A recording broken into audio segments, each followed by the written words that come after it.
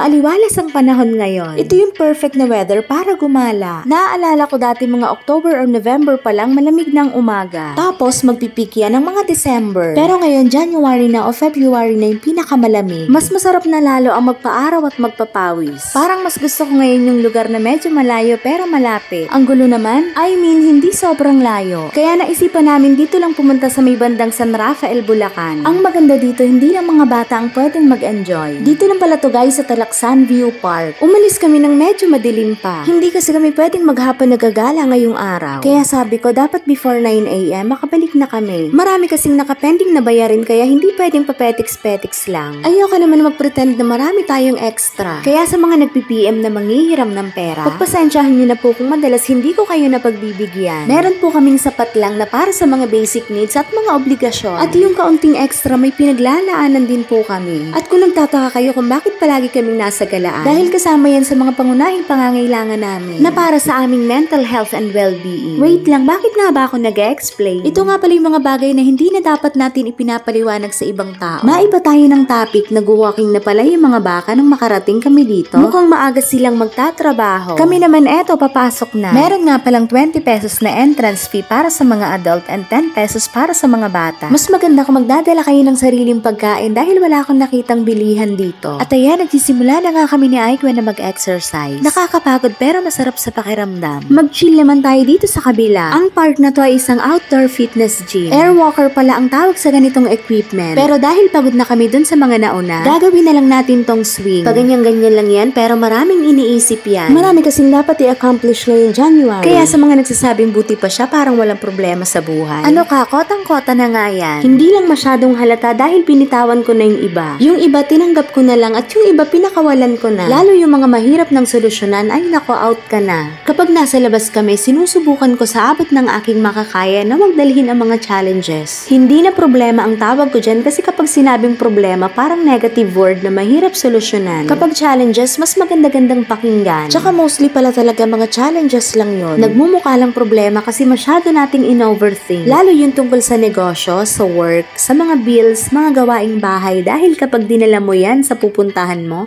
siguradong hindi ka mag-e-enjoy. Tapos mamamalayan mo na lang na yung mga iniisip mo, madali lang naman palang isolve basta pa isa-isa, paunti-unti. Minsan, na-overthink lang talaga natin ng mga simpleng bagay kaya nagmumukhang malaki at mabigat. And then, madidiscover mo na lang na kaya mo naman pala talaga. Na-realize ko lang din na may mga challenges na kapag hindi mo hinarap, mananatili ka na lang sa ganyang level of frequency. At kapag nalagpasan mo yon, dun pala mag-a-unlock yung mga susunod para makarating ka sa next level. Tingnan mo na lang yung mga games, hindi ka makakarating sa level 3 hanggang hindi ka dumadaan sa level 1. Paulit-ulit kang magre-restart hanggang sa matalo mo yung kalaban. Pero minsan wala naman talagang kalaban. Kailangan mo lang tumakbo ng tumakbo para matouch mo yung goal mo. Sa buhay ganun din, wag sana tayo mismo ang maging dahilan para hindi tayo umabante. May narinig akong bagong kanta ni Flo G. Eto, pakinggan nyo. Tandang-tanda ko ba nung panahon ng tagtuyot?